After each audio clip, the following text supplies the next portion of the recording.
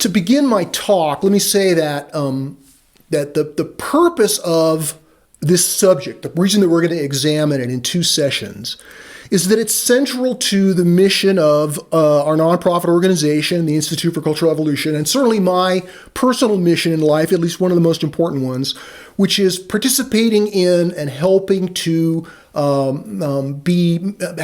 a meaningful contribution to the next significant worldview to emerge along the timeline of human history, right? The logic is simple. There's many different ways to think about this next worldview, but as I'll, again, cover in the lecture a little bit, we can see now one of the tenets of the thinking that organizes this group is that we can see these major worldviews, that these are the major structures of noosphere evolution or cultural evolution. And these worldview structures are known as traditionalism, modernism, and progressive postmodernism, and that we can see how they've arisen in history. And the simple logic is that something comes next. You know, modernity is not the end of history. Postmodernity is not the end of history. Something's coming next. And so determining what that is, what it looks like, what its contours are, how we can participate in its emergence, what the good things that it can do, the problems it can solve, right? All these things are part of the general theme of this Zoom group. But among the elements that are necessary for this new worldview to emerge and gain traction in history, there's lots of conflicts that need to be resolved or agreements that need to be worked out so that this culture can gain the minimum intersubjective systemic existence that it needs to become part of the noosphere. I mean, it already has in some ways, but I don't think it's fair to point to this worldview as pre-existent, or that I can talk about it as this worldview is like this, or the agreement around this postmodern or integral perspective is this, because it's still emerging now, right? It isn't pre-formed. It's something that we're creating together, hence the need for group discussion and group deliberation regarding what the social norm of spiritual pluralism, if we're going to have one, what that looks like within this cultural space. Part of the problem is that, as I'll explain, there's many lines of spiritual development, not just different forms of spirituality, different spiritual paths, but large-scale cultural streams, which I'll elaborate. And each one of these streams of spirituality, spiritual culture, the growing tip of those is beginning to appear within this nascent post-postmodern cultural milieu. And so recognizing this and recognizing that there's no agreement yet, that there's a lot of strong rivalries between the different spiritual paths, many times those rivalries are covert, but they end up creating a degree of discord that is one of the things that's keeping this larger worldview from forming and becoming, as I said, more having greater systemic integrity and greater, existence in history. So, getting to an agreement is what this overview is about, and I want to talk about these various frames for thinking about spirituality because it gives us a way to go beyond what passes for spiritual pluralism in our culture right now. So obviously, within the traditional worldview, most religions are fairly exclusive. In other words, they're the one true way. There's some notable examples in history of traditional level cultures being inclusivist, but even when they were including and having a degree of pluralism, there was always one dominant religion that was thought to be, the most true. The others were just sort of tolerated and allowed. Then we get to modernity, and that's a big breakthrough for at least formal legal spiritual pluralism, right? It's enshrined in the Bill of Rights, right? The freedom of religion is an important kind of spiritual pluralism because the state is no longer in the business of telling you what to believe. So that's an important step. But then we have progressive postmodernism as a historically significant form of culture. And it gives rise to its own kind of spirituality, which of course takes up previous forms. But in the context of the spiritual revival, right, that has been occurring over the last 60 years, partially as a result of the gradual emergence of progressive postmodernism that's been going on for, close to 150 years, we have this, we have the spiritualities that move into this third category really do have their own cultural character. And within that character, at least beginning in the 60s, there was this opening, welcoming, what some might call New Age, right? The term New Age has become a term of derision, so I'm not really going to use it because it doesn't accurately describe this larger category of progressive spirituality. But there was a kind of an agreement to let 1,000 flowers bloom, so to speak. There was a relativism, that is the larger cultural relativism of progressive postmodernism, at least for a time, was translated within the a milieu of alternative spirituality that arose and gained traction primarily within that cultural frame. And while that level of welcoming relativistic pluralism is arguably significantly diminished from its height, say in the 90s, there's still a certain degree of relativistic pluralism, right? So moving beyond, attempting to transcend and include the spiritual orientations of all the major worldviews is part of the job of this post-postmodern worldview, because as I've explained in other lectures, it emerges as a kind of a synthesis, right? That as modernity and traditionalism after World War II in America, most of my remarks have to do with America, but of course it applies to many other developed countries as well. But after World War II, as traditionalism and modernism, which were historically kind of dialectically separated, as those formed a kind of a solid cultural truce between them, that is the patriotism and economic growth, it was all kind of one established culture known by the counterculture as the establishment. And so the consolidation of the establishment created a strong thesis which allowed for the antithesis, right, in dialectical terms, the emergence of the antithesis, which is the stance of progressive postmodern. The thing that ties all the various threads of progressive postmodernism together is that it's in this antithesis to the establishment, right, to modernity and traditionalism as well. Now, I'm speaking in broad generalizations, and what I'm about to say can certainly find many exceptions, and these are not rigid categories. These are orienting generalizations, and they're helpful because it allows us to see the cultural forces, the dialectical challenges that are vying within this nascent post-postmodern space. And we, in our attempt to transcend progressive postmodernism, we want to transcend relativism, while at the same time carrying it forward. So how to do that is the focus of what I'm going to be talking about. In this group, we've established a degree, I think, of political pluralism, right? We saw that over the last couple of Zoom meetings. The philosophical basis for our political pluralism is fairly worked out. Something I've talked about in other contexts.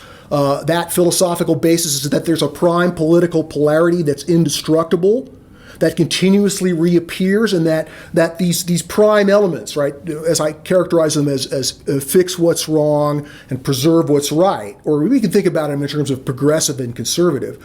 But however we look at it, that polarity continues to reappear in almost every human polity.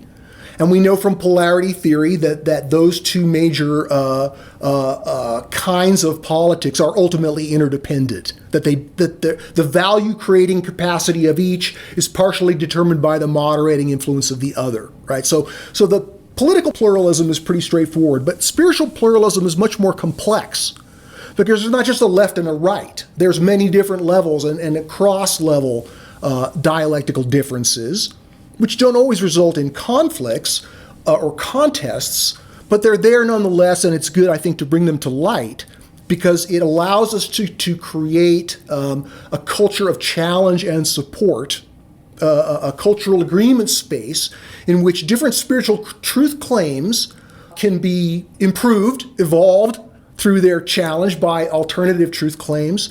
And I'm not suggesting that these things can be completely worked out, or that we can have some kind of empirical analysis regarding spiritual truth claims. But nevertheless, being aware of the tensions, I think, is the first step in achieving a kind of spiritual pluralism that is growthful, that can help all the lines of spirituality which exist within this nascent culture to grow and prosper and create what they do with greater effect in terms of their what they deliver. So I'll talk about that in a second. So in this talk, I'm going to give a short definition of religion and spirituality. In some ways, they're synonymous. In other ways, we might delineate religion as separate, but in general, I'll talk about this category and I'll define what I mean. Then I want to talk about these major lines of spiritual development, which I mentioned. And then finally, I want to talk about the challenge and support. What are the challenges? What are the agreements of support that we might find as we attempt to create a new level of spiritual culture? So, this is a short definition. There's many different definitions of religion and spirituality, of course, much more academic than this. But just to have a stake in the ground, I'll define religion and spirituality, again, generally speaking, as the feelings, thoughts, intentions, practices, and community affiliations that surround the attempt to make contact with ultimate reality, right? So maybe that definition is too exclusive, I don't know, but we could talk about that in the comments if you like. But another way to think about spirituality is through this idea of the hermeneutic circle, right? A hermeneutic circle is a circle of understanding where the elements of the circle inform each other and describe each other, right? So here we have spiritual practice, spiritual experience, and spiritual teachings. Now, some may say, well, I just do yoga. I'm just interested in spiritual practice. I'm not interested in these other elements. But spiritual practice is in a sense, at least historically, it's been defined by spiritual teachings, right? The spiritual teachings give not only the form of the practice, but the reason for the practice and the goal of the practice. And the practice, if done well, leads to spiritual experience, some kind of spiritual experience. And there's many different kinds of spiritual experience. And again, I'll talk more about that. But as people experience spirit, that experience informs the teachings. Indeed, many, perhaps most forms of contemporary spiritual paths, most spiritualities, their spiritual teaching is about both the practice and the experience. So I'm showing this circle to try to draw a wide net around what constitutes spirituality. Because as I'm going to explain when I get to secular spirituality, spiritual experience, spiritual teaching, and spiritual practice is still there, although in a certain truncated form. Okay, so this is just a quick review. I've showed this slide many times. I mentioned it at the beginning. One of the foundations of our understanding in this group is the evolution of consciousness and culture. And as culture evolves, it's not just a seamless continuum. The process of development is dialectical, as I mentioned. And this dialectical development creates steps and stages, right? Stages are a natural behavior of systems at every level. And so the system of cultural evolution, our larger cultural ecosystem, is no exception. Certainly, as many of you know, there's pre-traditional stages. This stage that we're trying to get to is Post-Postmodern, I'm calling it, and I'll explain why I'm using that awkward term. But this is just to ground just to remember that this is sort of the foundation of our understanding. And these three worldviews, they give origin to three major streams of spirituality. And every spiritual path is its own line with its own evolution. But when we look at a cultural analysis, we begin to recognize that these lines group together. So, of course, we've got religious spirituality as number one, which is straightforward. It includes the established religions that are grounded in the traditional worldview. Right? I mean, we can see some exceptions, but what people think of when they think of religion in America, they think of Christianity and Judaism and Islam and Buddhism. And these lines, the reason I'm describing them as lines is that they originate in these different worldviews, but they grow up through the worldviews. So, for example, traditional Christianity, we certainly have the cultural expressions of it, which are straightforwardly traditional in their cultural orientation. But we also have modernist Christians and postmodern Christians and some post-postmodern Christians. And while we could argue that as this line evolves through the stages, it becomes a different kind. Does religious spirituality become secular as it moves into modernity? Does it become progressive as it moves into postmodernism? Certainly. I mean, there's overlap, right? Richard Rohr, is he a traditional religious teacher or a progressive spiritual teacher? I would say in some ways both. But in general, for the most part, there's still a strong line of religion in America. It still is the largest of these kinds. And so for just a quick definition, and that's what I'm talking about, is these lines of the traditional religion, not only in their traditional home, but as they grow throughout the culture. Now, secular spirituality is a more controversial term, right? Just in terms of the definition, it includes atheism, religious naturalism, existentialism, secular humanism, Marxism, emergentism, and scientism. And, Bill Mayer once quipped, atheism is a religion like abstinence is a sex position. And so certainly those who are hostile to religion of any kind would deny that their way of looking at things is a form of spirituality. But again, as I argue at length in The Presence of the Infinite, the book, the secular spirituality serves as a direct substitute for the way religion has functioned in other times and in other places. It creates a frame of reality, most often physicalism or some kind of version of those. It explains the meaning of life or the meaninglessness of life. It's a metaphysical reality frame, and there's no way that we may know these things in our hearts. We may have a conviction. We may have experience. But there's none of the people who ascribe to secular spirituality can say with any certainty that the universe is purely physical, right? That many of the tenets of secular spirituality are held as matters of faith, right? And they're held, in defense of what they see as perhaps the overreach of faith, religious faith. So again, I could talk about these lines for quite a bit. I'm just skimming over the top because the purpose of this talk is about spiritual pluralism. Let me go on to the third one, and that is what I'm calling progressive spirituality, right? I'm not using the term New Age because that's too narrow. Progressive spirituality, as I'm defining it, again, it reaches backward and forward in history. It reaches certainly back in history by including pre-traditional forms and honoring, ancient traditions. But in many ways, those traditions, whether they're shamanic or they're, Eastern or they're transformed by the postmodern context of their cultural expression, right? So just to read the definition, it includes westernized postmodern versions of traditional Eastern religions such as Buddhism, Hinduism, and Taoism. It also includes psychedelic culture, ancient indigenous and shamanic religions, channeling, paganism, astrology, as well as newer forms like transpersonal psychology and feminist spirituality and eco-spirituality. Right? So these are all disparate forms. There's certainly dialectical tensions between these forms, or ways that they might deny each other. But at one point, at least in the 90s and the early aughts, again, the culture of progressive alternative spirituality was open to practically all of these. And a lot of the practitioners of progressive spirituality were not path exclusive. They kind of approached spirituality as a personal matter. And in many ways, spirituality is, of course, a very personal matter. It's tempting to even say, well, look, we don't have to worry about all these different teachings. We're just going to say that we create pluralism by allowing each person's relationship to the ultimate reality of the divine to be theirs, and each person is different. And that sounds like an attractive option.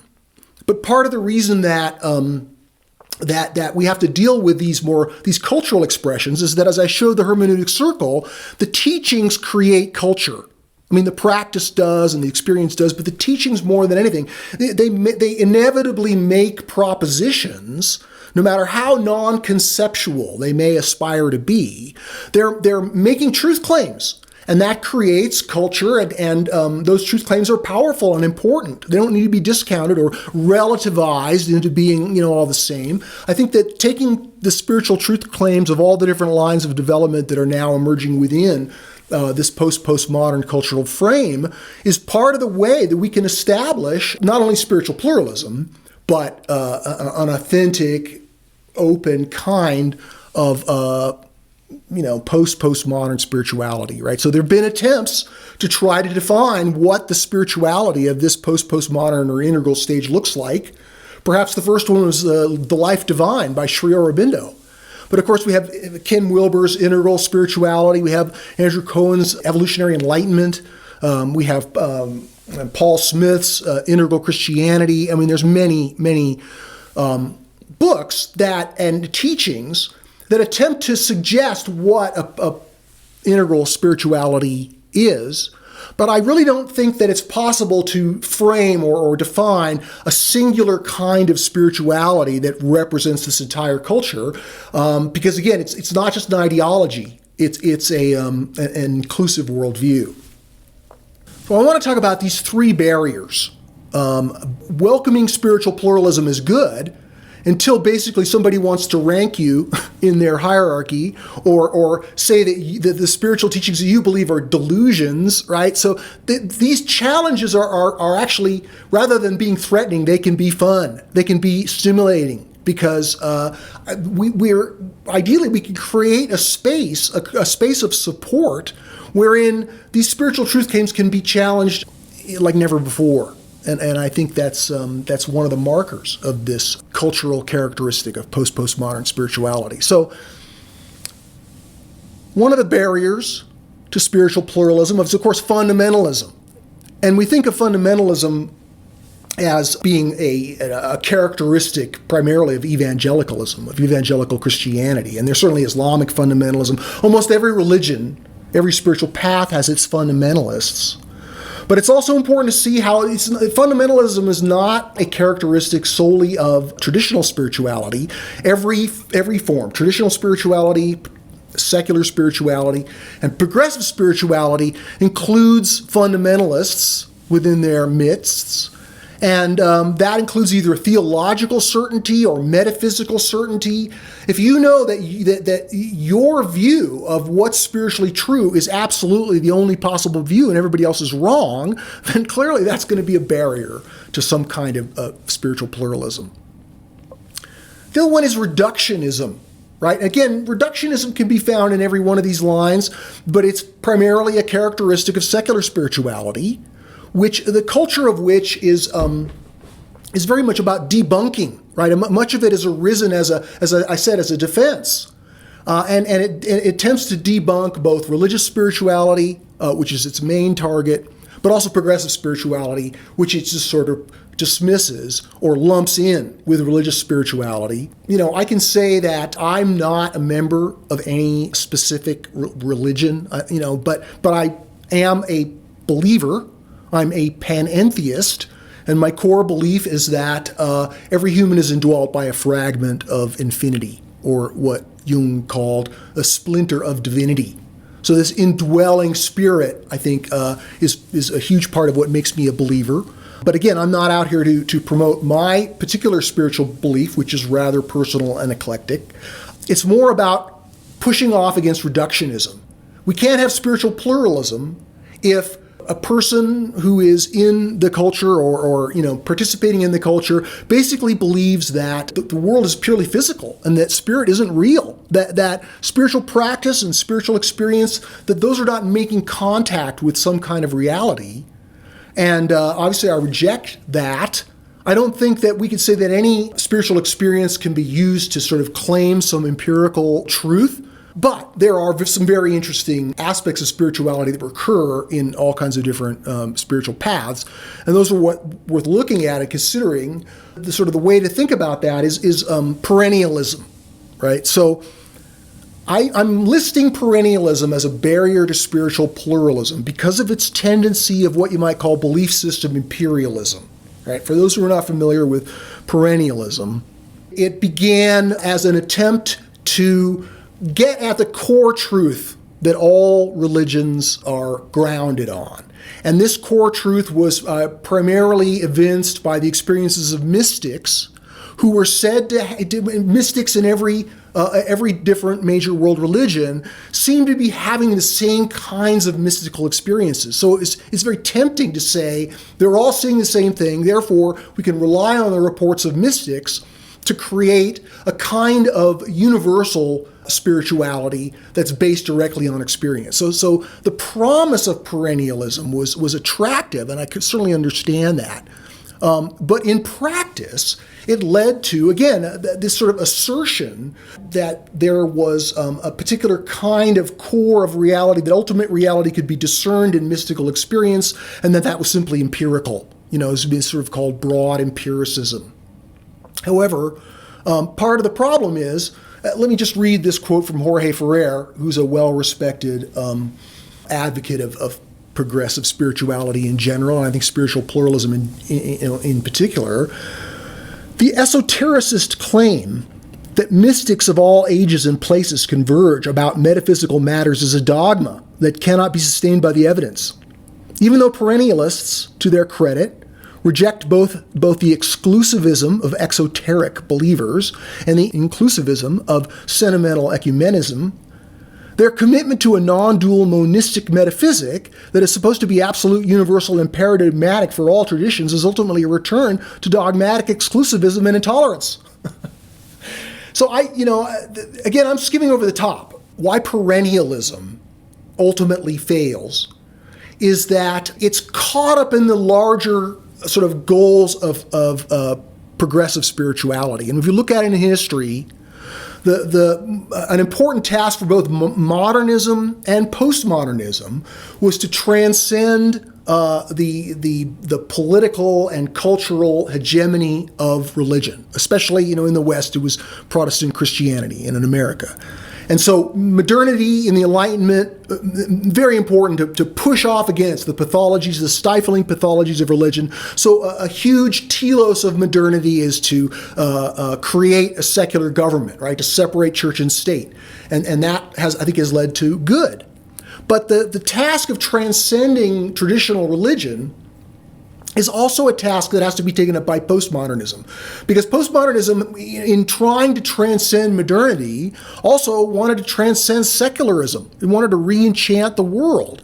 Hence, the vibrant interest in spirituality that was rekindled in the 60s, democratized, the birth of the New Age and alternative spirituality, was an attempt to find spirituality in places that would be fresh and new and that wouldn't cause a cultural regression to a traditional frame.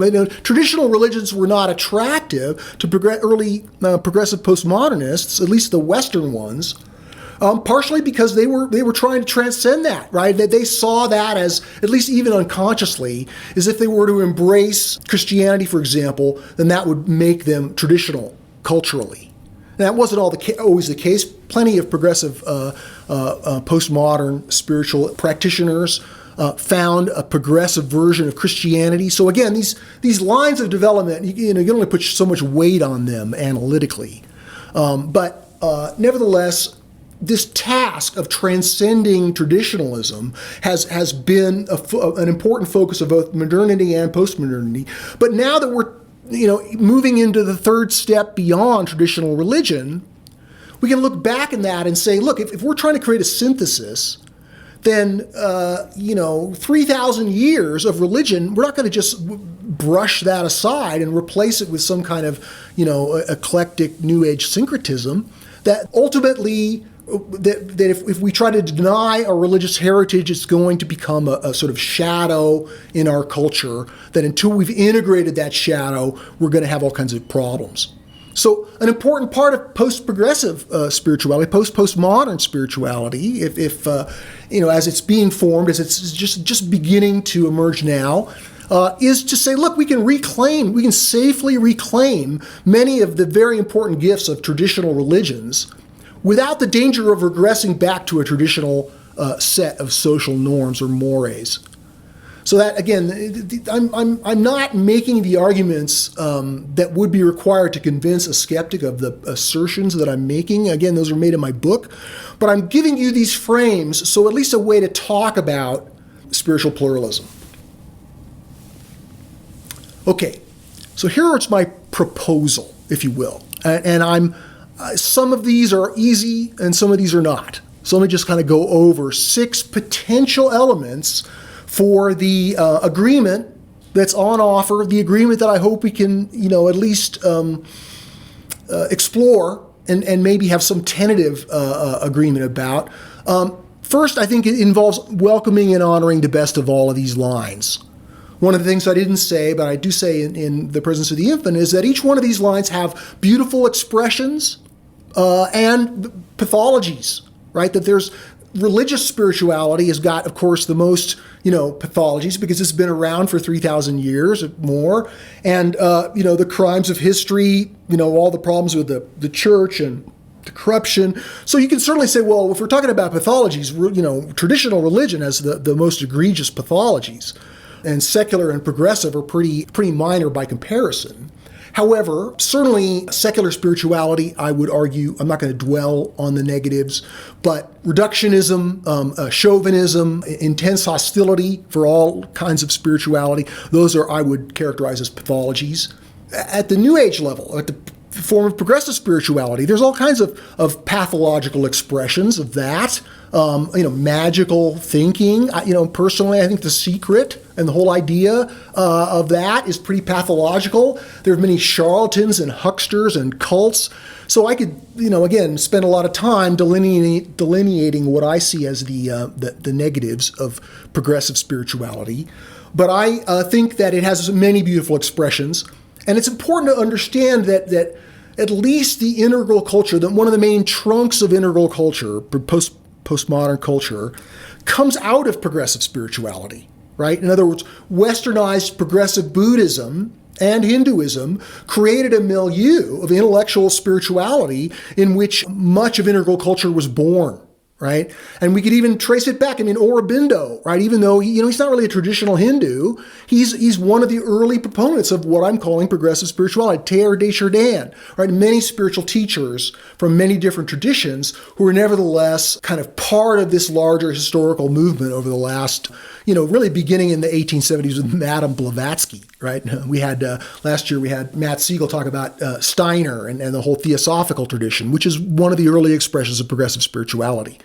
But we've got to recognize that this integral culture owes a lot to its roots in progressive spirituality. That's how I came to it. That's how I know many people who are dedicated integralists sort of began in the milieu of progressive spirituality, that they were sort of dissatisfied with the lack of it was more about goodness and beauty, where truth was kind of bracketed.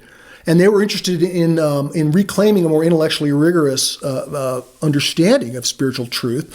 When this is one of the main foundations of this integral perspective, although it's certainly more than a form of spirituality, right? It's a cultural milieu. It's got politics. It's got all these different elements. So again, to acknowledge and resist the respective pathologies of each line, right? In other words, if we are beginning to recognize that these streams have negatives, that in the same way that we approach the integration of the major worldview structures by teasing apart the dignities from the disasters, right? By carrying forward the best and pruning away the worst, that same practice really, I think, has to take place as we try to recognize what's an authentically integral level expression of secular spirituality and progressive spirituality and religious spirituality. And so acknowledging the duty to resist the negatives and not just be relativistic, I think it's a very important part of this proposed social norm that I'm suggesting. Okay, number 3, practice epistemic humility. Even though I mentioned we may know what's true in our heart. We may have had a direct experience of spirit that informs our spiritual beliefs, and those are unshakable. But nevertheless, we live in a vast mystery, right? So like no one can claim that they know for certain, we have faith that we're going to survive our bodies and have life after death. But certainly no human we know in this realm has experienced life after death. So we all have to have a degree of epistemic humility, even as we hold fast to our particular faith in the spiritual teachings that guide our path. Related to that is number 4, know the difference between your personal belief system and agreed to or established facts, right? This is an important element, I think, of the norm, in the sense that owning your belief system, knowing what is your belief system versus something you're just asserting as just the way it is, that's kind of a form of certainty that we could say is ultimately a form of fundamentalism, right? So I think a degree of belief system ownership and epistemic humility are virtues that do well in this social norm. Number 5 is a little bit more challenging.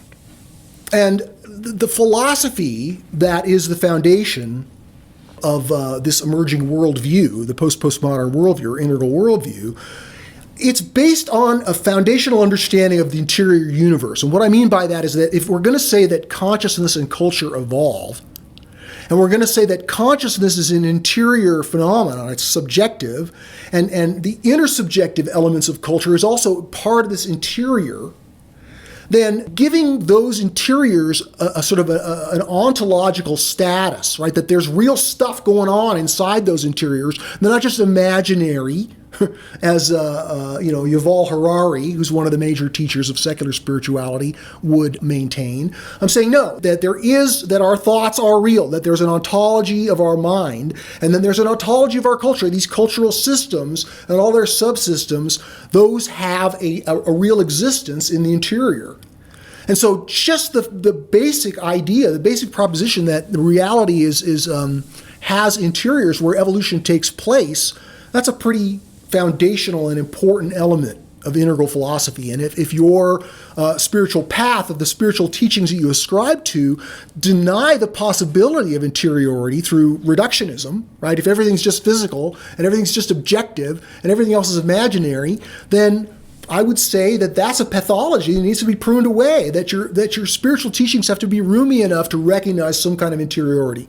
Now, I'd love to argue about this if people disagree or think that's pushing it too far.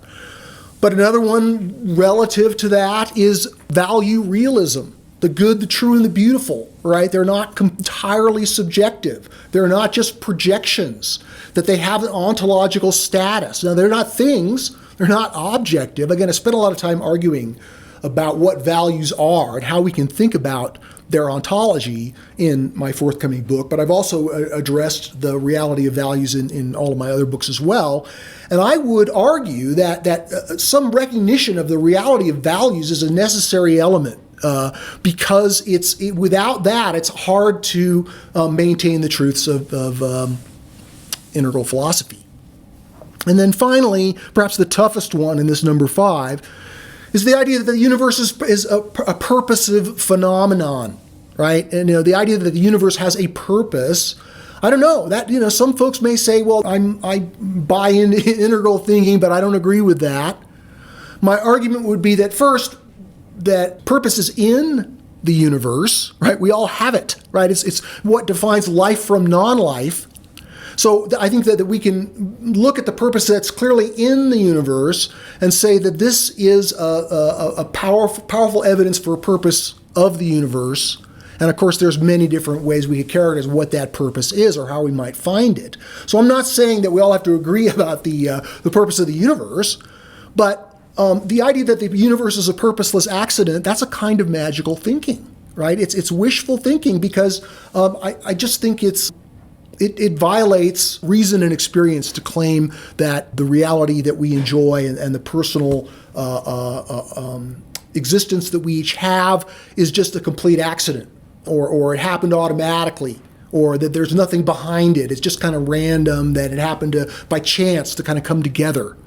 And again, those are some of the pathologies of secular spirituality, right? That they claim that the universe is meaningless, or that it is absurd, even, And so I would challenge that. I would say, no, that I think there's plenty of evidence that the universe is not an accident and that it is purposive. And this is, again, one of the main focuses of my forthcoming book. So chew on that and see whether you can agree with that in terms of this norm of spiritual pluralism. And we can debate that and see what that looks like. We could maybe add other elements that are part of integral philosophy, foundations to integral philosophy, like human free will, which is an organ of perception for value, right? Sam Harris says there's no such thing as free will. He says there's no such thing as beauty, right? So value realism, the recognition of a modicum of human agency, I'd say these are all elements that are ultimately spiritual, that they inform spiritual teachings, and spiritual teachings inform them. So I would say that if we're not going to get the worldview without its philosophical foundations. Those foundations can support many different spiritual paths, but the idea that it's all just meaningless, I think, is one of the things that's not going to survive, even as the line of secular spirituality grows into this post-postmodern cultural milieu. And 5, working to bridge the dialectical differences. So what are these dialectical differences? In other words, we know from polarity theory that when you have an indestructible polarity, a positive polarity, right? If you have a positive-negative polarity, it's a problem to be solved. But when you have a positive polarity, it's indestructible. It continues to reappear. It's recursive. And ultimately, the positives of each side are necessary for their respective value-creating capacities. And so one of the ways that that polarity theory describes the practice of working with these permanent systems is challenge and support, right? Like good parenting, right? You want to support your kids wholeheartedly, but you also want to challenge them too. And challenge and support is a polarity unto itself, right? That is in a sense a practice that supports all these other polarities. And there's a polarity wherever there's a dialectical difference, but not all dialectical differences are positive, right? They're mixed, right? Within these dialectical separations, there are truths and untruths, but there's also truths and truths. So what am I talking about? So some of the primary permanent dialectical differences, at least, well, maybe permanent is overstating it. When I talk about these lines of development, it's a snapshot of the current culture in America, right? Whether 100 years from now, there'll still be secular spirituality, progressive spirituality, religious spirituality, I'm not sure, right? I think there's going to be major religious revivals, but those revivals will be not at a traditional level of culture, right? So maybe it'll all merge back together into post-postmodern and, if you'll pardon the term, post-postmodern spirituality. Maybe there'll be a unifying trend, but I can't predict the future. So for now, the snapshot of these 3 lines is useful because they create dialectical differences, which in a sense are keeping this culture from forming, right? So first, we have the dialectical differences between science and philosophy and spirituality, and then perhaps the overarching dialectic between science and religion.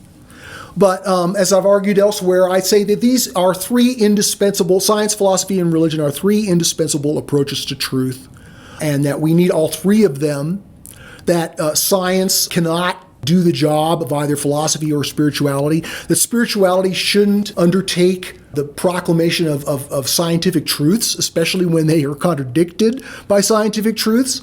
So science has to challenge, very important challenges to both philosophy and spirituality. Spirituality has to challenge science to be moral, and philosophy has to bridge and separate the two. So that's one dialectic or set of dialectical differences that is part of the negotiation, the challenge and support that I would say needs to occur within the social norm that we're at least aspiring to imagine.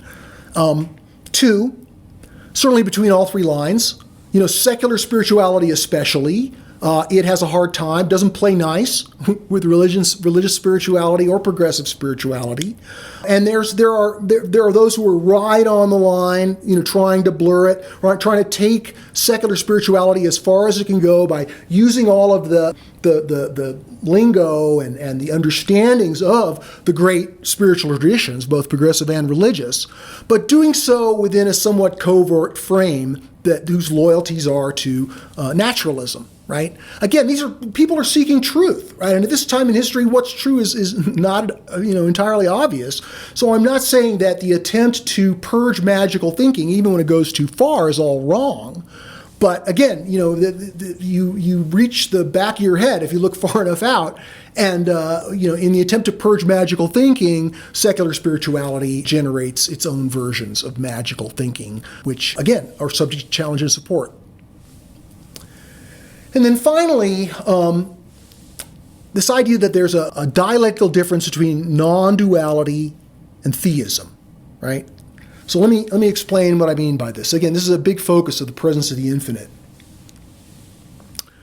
Non-duality is a family of spiritual views, primarily rooted in Buddhism and Advaita Vedanta Hinduism, but present in all world religions. There's non-dual Islamism, non-dual Christianity, both ancient and modern.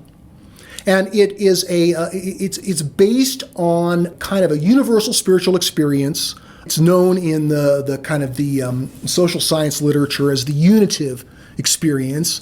It's also known as samadhi. There are many other descriptions of it. But it does seem to be that mystics throughout the ages, and not just mystics, but ordinary people too, report these experiences of where subject and object, in a sense, dissolves, and where people are they're feeling the complete oneness. It's either complete oneness or complete emptiness, right? In Buddhism, it's sunyata.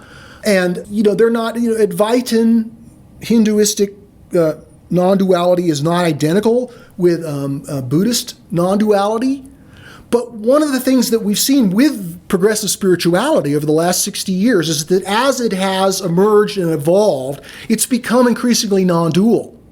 So that within the culture of progressive spirituality, there's kind of a partial merger of Hinduism and Buddhism around the non-dual aspects. So if you look at traditional Buddhism, the most famous, the most popular kind is Pure Land Buddhism, which is a lot closer to theism than it is to non-duality, right? The non-dual versions of these religions were usually the more esoteric. And again, I could talk a long time about what non-dual spirituality is. But many teachers who are within the milieu of progressive spirituality are examples of the non-dual teachers who are not teaching a specific lineage. They're not teaching Buddhism or Advaita Vedanta proper. They're teaching non-duality, which is kind of this larger hybrid. The most famous non-dual teacher is probably Eckhart Tolle. Many of you are familiar with him. But within, especially post-postmodern culture, we have non-dual teachers like Rupert Spira or A.H. Almaas, right, or Adyashanti. These teachers are all teaching non-duality. They're not teaching Buddhism or Hinduism. They're not traditionalists. And so one of the things that we can, I think, see as from progressive spirituality as it's emerged over the last 60 years is that it's really brought non-duality into the West in a way that it never existed before and brought it into, I think that the rise of progressive spirituality may be compared in history at some point in the future a little bit like the Protestant Reformation, in the sense that it's adopted by millions of people and has a significant historical impact. So I want to honor non-dual spirituality and acknowledge that many of the folks who are in this culture would describe themselves as non-dualists, right? And so that's a very important line that is emerging, and that needs to be supported, and I would say, to a degree, challenged. The other line, I'm calling these attractor basins of spiritual experience, because the idea of an attractor basin is from systems theory. In other words, that as systems are moving around, they're pulled by what's sometimes called a strange attractor. Again, these are just analogies, but in other words, that there's a form of order that a chaotic system is sort of attracted to, and we can see that form of spiritual experience within the attractor basin of non-duality. It's not just for mystics. Meditation as a spiritual practice, at least the majority of its applications, has a kind of a non-dual orientation, right? Meditation for enlightenment is very much within this non-dual attractor basin of spiritual experience. But then we have the worldwide practice of prayer, right? Which is it has a more theistic orientation. By theistic, I mean believing in some kind of intelligent creator or some kind of God. And so I would say that like non-duality, that theism has its own attractor basin, right? In other words, that is, people who pray, people who worship, people who live their lives within a theistic spiritual tradition, like one of the Abrahamic faiths, often have deep spiritual experiences of the love of God, right? It's just like samadhi is the pinnacle of non-dual experience. This idea of a loving force in the universe, that is in a sense the heart of the attractor basin of this other side. And so, of course, the idea that non-duality is in a polarity with theism, that's anathema, I'm sure, to many non-dualists. So the whole point is to say that there's no separation, right? That it's all one. But the challenge is such that if love, almost every religion exemplifies love, some call it compassion, but love is what religions are after, or, one of the prime values of religion. God is love is one of the watchwords of the Abrahamic traditions to a degree. And this idea of love, it's irreducibly relational. That is, love doesn't exist if there's no separation. You need a relationship to have love. So the challenge and that non-duality offers to theistic religions and theistic forms of spirituality of all kinds, and vice versa, is very important, right? So the idea of no self, right? If there's a loving intelligence that lives inside you and that loves and knows you, the idea that you don't have any self could be a problem, right? Or the idea that that the universe is an illusion, that the finite universe is completely, it's Maya or samsara, right? That's challenged by science, right? If the universe is an illusion, then empirical science is obviously it doesn't have a place to stand. And, so again, these are critiques that I'm making of non-duality that are philosophical critiques, they're theological critiques, and I make them with care and rigor in the book. I'm just skimming over them here, but I'm just giving you a teaser of this polarity and why I think it's going to be very important, especially as progressive post-postmodern culture emerges, because there's many people who are non-dualists, but there are many people who are theists or panentheists, as I am. Now, we could say that, of course, non-duality challenges theism in all kinds of ways. Perhaps the biggest challenge to theism is what's known as the problem of evil, right? How could there be a universe of suffering if the universe is created by love and if each creature is loved, right? So again, that's its own philosophical can of worms, and in the forthcoming book, I try to address that to some extent.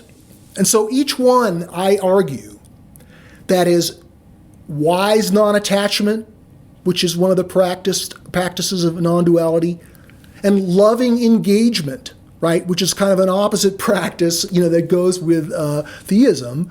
Again, these are, we can find them on both sides. I'm not talking in absolutistic terms, but I'm saying that there's a polarity here, and it's a very yeasty one. That is, theism can be greatly improved by the challenges of non-duality, and vice versa.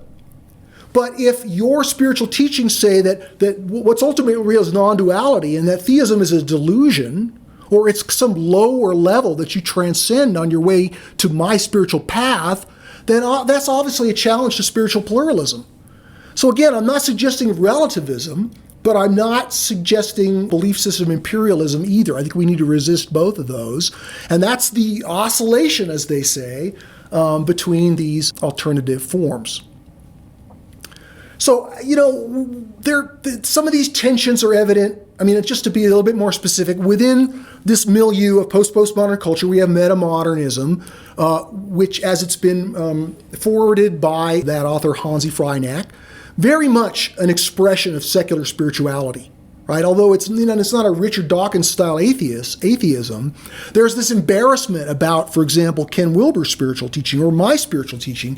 There's this sort of need to secularize, that if all this stuff, spiral dynamics, all of these philosophical understandings of the evolution of consciousness culture, they would be widespread if we could just get rid of this New Age bullshit that's attached to it, right? And so I understand that from a perspective of secular spirituality, progressive spirituality is highly embarrassing. But if your secular spirituality doesn't make a nod to the degree of minimal support necessary for pluralism, then it's not going to be able to be in this synthetic space. We can also see it within non-duality, right? I read many of these non-dual teachers, and they say that belief in God is a delusion, right? So I obviously take a degree of umbrage to that. And so these challenges are just abstract or theoretical, right? There's real cultural contests going on for the heart and soul of what this next cultural expression, this next great worldview will be. And recognizing these tensions, most of the time they're covert. There's just like one line ignores the others, right? There's this sort of exclusivism, like we don't want to even pay attention to them, even though they're saying things that are very similar to what we're saying. We're going to just ignore them because they're embarrassing, because they're New Age, or they're, or they're atheists or whatever. So these tensions they matter in the kind of cultural synthesis we're trying to create. And so I think the best thing to do now is to hear your questions and comments. Again, I could give many more examples. I could teach a course on this, but that's not what I'm up to right now. But this at least gives you some ideas to think about when we're asking the greater question of what is the social norm of spiritual pluralism that we can create both for this group as a seed kernel and for this larger emerging culture as a whole. Okay, so that's my talk.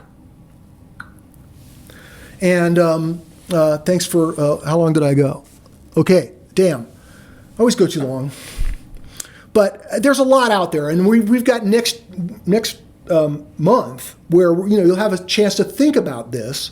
And next month we're going to talk about it both in breakout groups and as a larger group. So sorry, there's only 15 minutes left. But Lisa, let's get the ball rolling with some questions and comments now. Sure. Yeah. So if you have a question, just click the heart button, react button, and then click raise your hand. And just keep in mind, we're limited on time, so try to make your question, comment, reaction, challenge, and support concise. All right. So I'm going to start with David and then Tamar. Steve, thank you. It was a great tour through the complex dilemma space of the big question of what does this plural spirituality, postmodern pluralism look like? Two things I think you really hit the nail on the head of these core tensions are that spirituality is a personal matter and how that can devolve into solipsism versus the necessary shared beliefs of culture. And that cultural attractiveness is where my question really lands. And how do we formulate, or what are your first thoughts on formulating a culturally attractive framework that inherently requires a transcendence and exclusion of the sort of like chosen one vibe that most religions have as baked into their framework? For example, I live in Alabama, and there's a lot of Baptist churches near my house.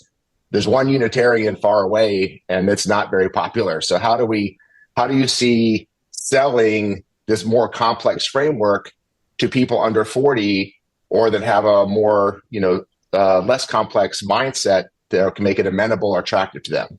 Sure, that's an excellent question. I mean, the top line answer is I don't know. but I will say some things about it.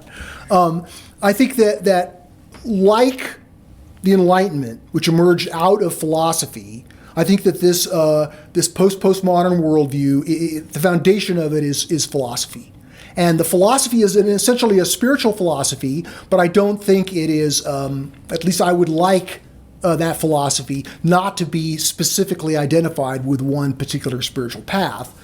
And I think that as I mentioned regarding the various books that have attempted to describe what integral spirituality is, I don't think it's possible, given the presence of these various lines within this emerging cultural space, to define a singular form of spirituality. But the fact that that the integral philosophy is a spiritual philosophy that recognizes progress and purpose in the universe, that understands that the good, the true, and the beautiful are sacred, that human life is sacred, that there are many elements which are still philosophical, right? Spiritual philosophy more than spiritual teachings. At least I'd like to keep the dialectical difference between spirituality and philosophy somewhat separate. I showed that in one of the slides. But I think the fact that it's a philosophy of progress and a philosophy of growth and a philosophy that's optimistic, right? A philosophy of hope and courage. I think those are all spiritual elements. Those are all virtues that connect with spirituality that will hopefully be attractive, right? But I've gotten to there were times in my life where I really felt like we needed to promote this worldview, almost like market it, right? Really try to take it out to the world, and I've sort of pulled back from that a bit. I think that the best way to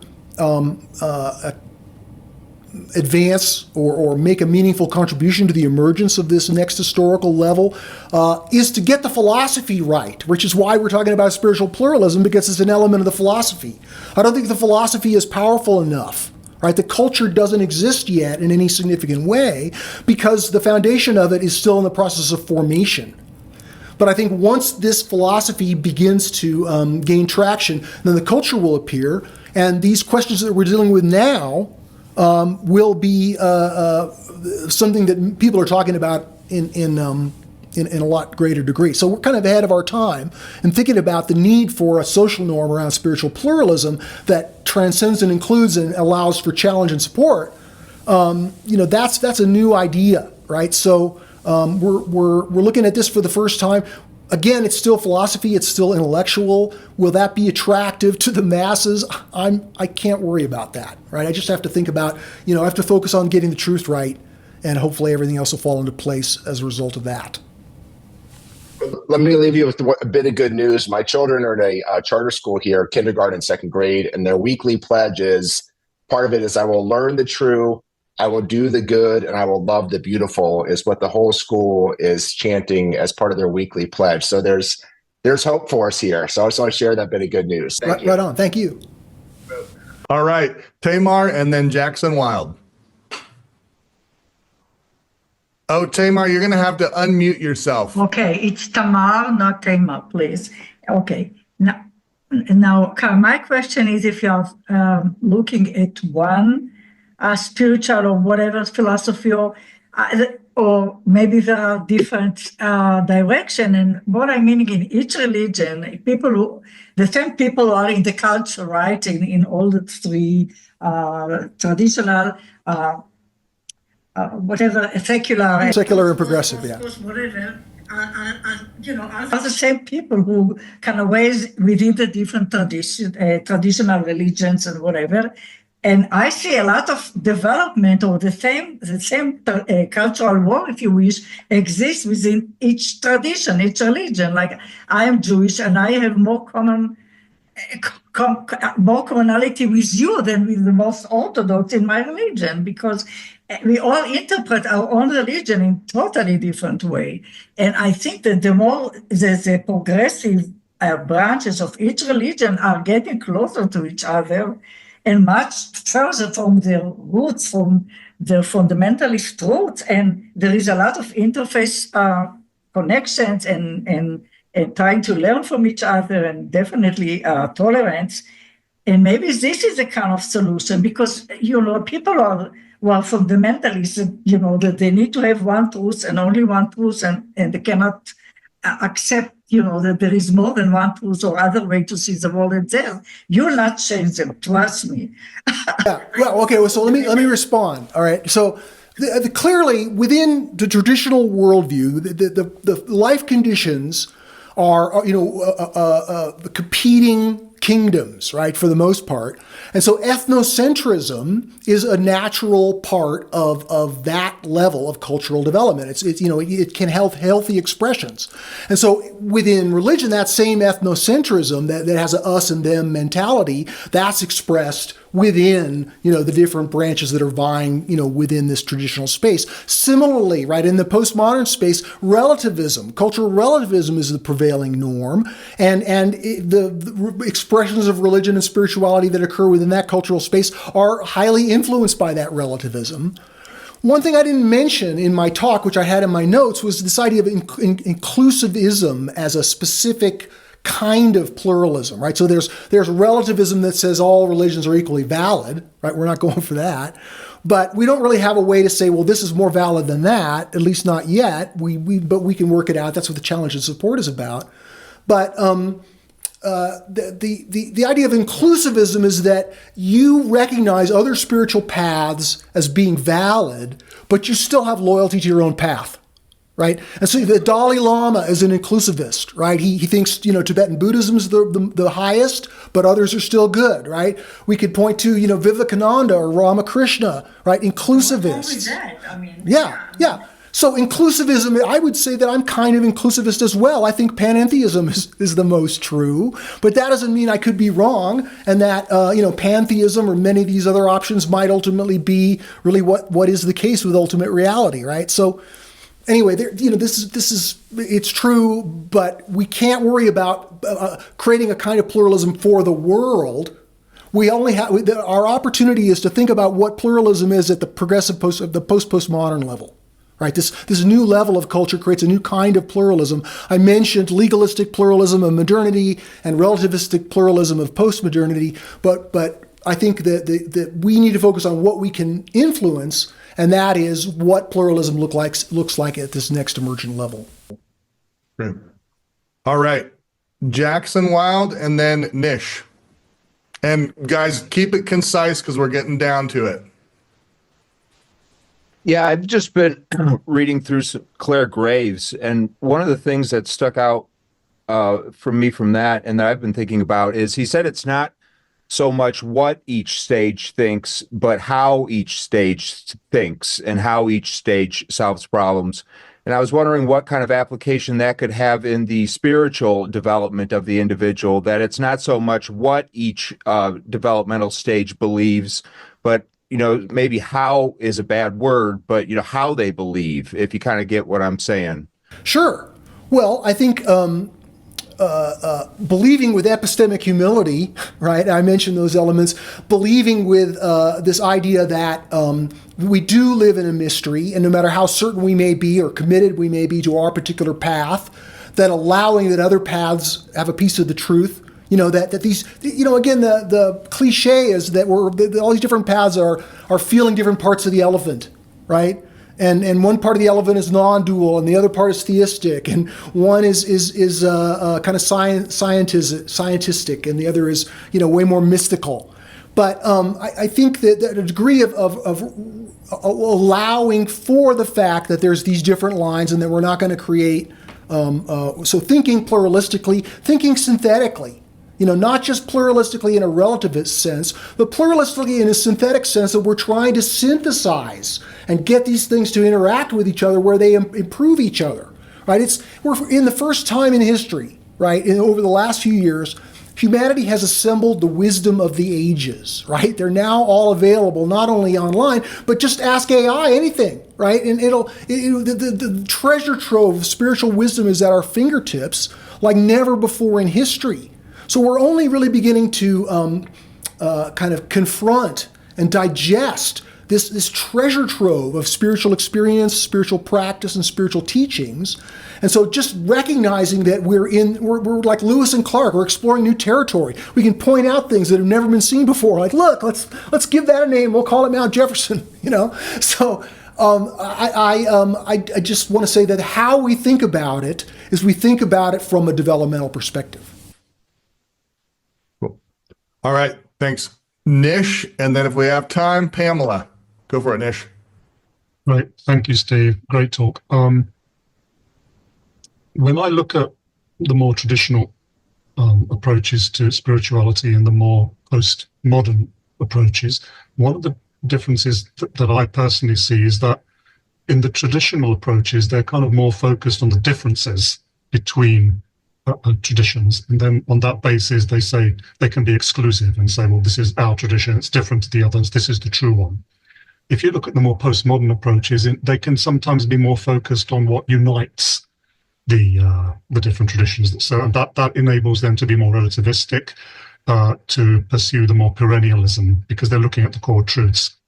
Would a useful tool to bring into this discussion be the distinction in integral theory between deep structures and surface structures? So the deep structures would be, the universal features that we see, and the surface structures would be the differences that we see. And the surface structures are all expressions of the deeper structures, and we give equal importance to both. That way we're honoring the differences in the way traditionalists might be more amenable to. We're also honoring the commonalities that the postmodernists would be more amenable to. And if we want the surface structures to be able to communicate with one another, or even respect, or even synthesize, we're going to have to probably go through the deep structures to do that, not merely try to be eclectic at the level of the surface structures. So is that a possible useful tool that we could use? Well, I mean, sure. As far as it goes, I would just say in some ways, everything we're talking about is a deep structure, right? So I mean, even spiritual teachings, you could say, well, the surface of these attractor basins of spiritual experience, and the what you can see. You can maybe see somebody meditating or see somebody praying, but ultimately the explanation for that is the teaching, right, or the ecclesiastical explanation. And we could say, okay, well, that's a surface.